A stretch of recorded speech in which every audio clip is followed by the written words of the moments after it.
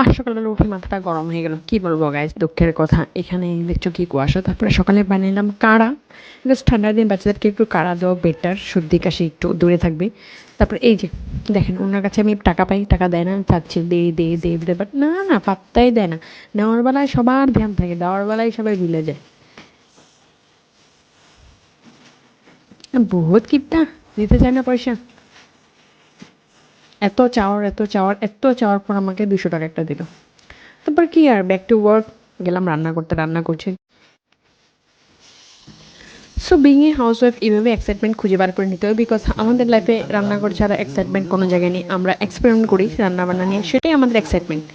তারপরে এই আর কি, ডেলি যেগুলো কাজ করা আমি করছি রান্নার জন্য, সব প্রিপারেশন করছি আর কি। তো আজ আমি ডালের বড়া করে রসা করবো, পালং পনির বানাবো। তো সেগুলো আর পেস্ট টেস্ট মাখামাখি এইসব করছি।